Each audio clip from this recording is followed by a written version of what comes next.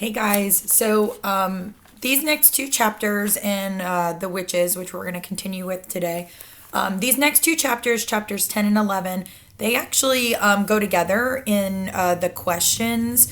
So, what I'm going to do is I'm going to read the first chapter with the reflection question, and then you actually won't have questions until after the second chapter that I read, which is chapter 11. So, you'll have two chapters to read before you can answer the questions for this.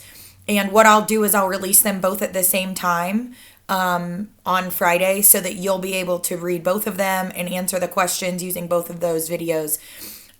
Because next week we're going to do 3 days worth of videos again. Monday, Wednesday, Friday, all for bonus points. And we will then be getting at least close to the end of our book, if not all the way there. So today, our first chapter that we're reading is called The Ancient Ones. And then the reflection question is about being an animal. So the question is, if you could choose any animal in the entire world, what animal would you choose to be and why would you want to be that animal? So you're going to need to give some good details about your reasons for why you'd want to be that animal. So that'll need to be at least a few sentences to give that information. The vocabulary words for this chapter are meekly, meekly, meekly, feeble, and exterminated. So listen for those as we read the chapter. Try to figure out what those words mean. All right, the ancient ones. The Grand High Witch stood on the very center of the platform, and those dangerous eyes of hers traveled slowly around the audience of witches who were sitting so meekly before her. "All those over 70, put your hands up," she barked suddenly. 7 or 8 hands went up in the air. "It comes to me," said the Grand High Witch, "that you ancient ones will not be able to climb high trees in search of Gruntel's eggs." "We won't, your grandness. We are afraid we won't," chanted the ancient ones. "Nor will you be able to catch the crab cruncher who lives high up on the rocky cliffs." The Grand High Witch went on. "I can't exactly see you sprinting after that speedy cat springer either, and diving deep into deep waters to spear the blabbersnitch, or striding the bleak moors with a gun under your arm to shoot the grobble squirt. You are too old and feeble for those things." "We are," chanted the ancient ones. "We are, we are. You ancient ones have served me well over many years," the Grand High Witch said, "and I do not wish to deny you the pleasure of bumping off a few thousand children each just because you have become old and feeble. I have therefore prepared personally with my own hands a limited quantity of delayed action mouse maker, which I will distribute to the ancient ones before you leave the hotel." "Oh, thank you," cried the old witches. "You are far too good to us, your Grand Highness. You are so kind and thoughtful. Here is a sample of what I am giving you," shouted the Grand High Witch. She fished around in a pocket of her dress and brought out a very small bottle. She held it up and shouted, "In this tiny bottle is 500 doses of mouse maker. It is enough to turn 500 children into mice."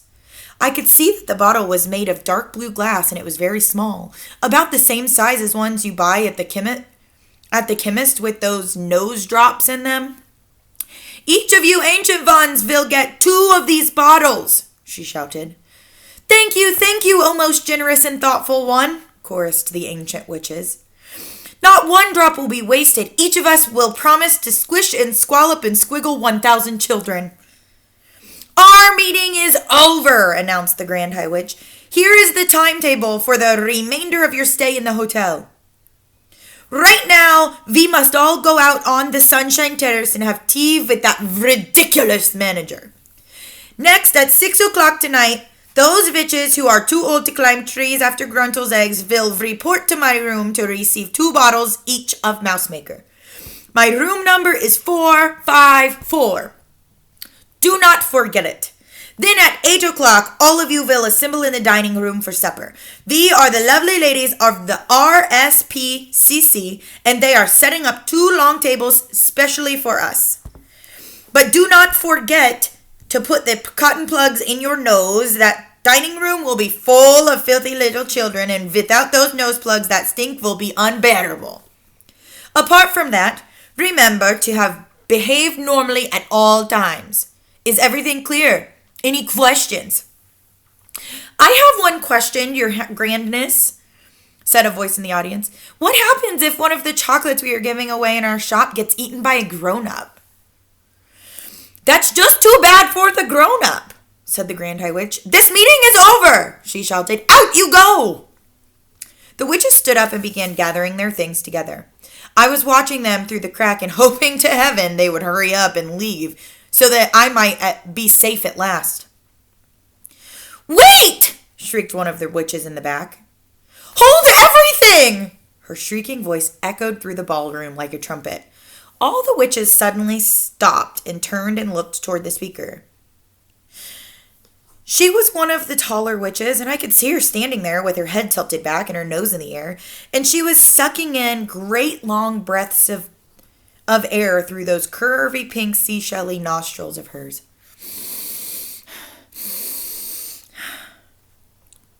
Wait! She shouted again. What is it? The others cried out. Dogs droppings! She yelled. Just then I got a whiff of dogs droppings. Surely not, the others shouted. There couldn't be. Yes, yes, shouted the first witch. There it is again. It's not strong, but it's there. I mean, it's here. It's definitely somewhere not too far away.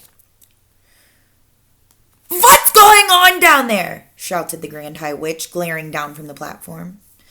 Mildred just got a whiff of dog's droppings, your grandness, someone called back to her. What rubbish is this? Shouted the Grand High Witch. She has dog's droppings on the brain. There are no children in this room. Hang on, cried the witch called Mildred. Hang on, everybody. Don't move. I'm getting it in and out like a pair of fishtails. Or I'm getting it in and in again. Her huge, curvy nose holes were waving in and out like a pair of fishtails. It's getting stronger. It's hitting me harder now. Can't the rest of you smell it?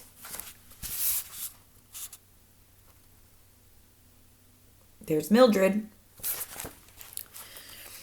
All the noses of all the witches in that room went up in the air, and all of the nostrils began to suck and sniff. She's right! Cried another voice. She's absolutely right. Dog's droppings it is, strong and foul. In a matter of seconds, the entire assembly of witches had taken up the dreaded cry of dog's droppings. Dog's droppings, they shouted. The room is full of it. Pooh, pooh, ooh, ooh, ooh, ooh, ooh. Why did we not smell it before? It stinks like a sewer. Some little swine must be hiding not so very far from here. Find it! Screamed the Grand High Witch. Track it down! Rule it out! Follow your nose till you get it! The hairs on my head were standing up like the bristles of a nail brush, and a cold sweat was breaking out all over me. Rule it out! In the small lump of dung, screeched the Grand High Witch. Don't let it escape. If it is in here, it has observed the most secret things. It must be exterminated immediately.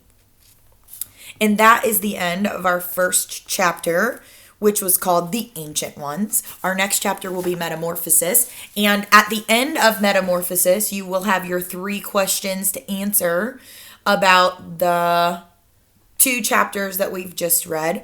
So go ahead and watch the next video, and we will keep it on going.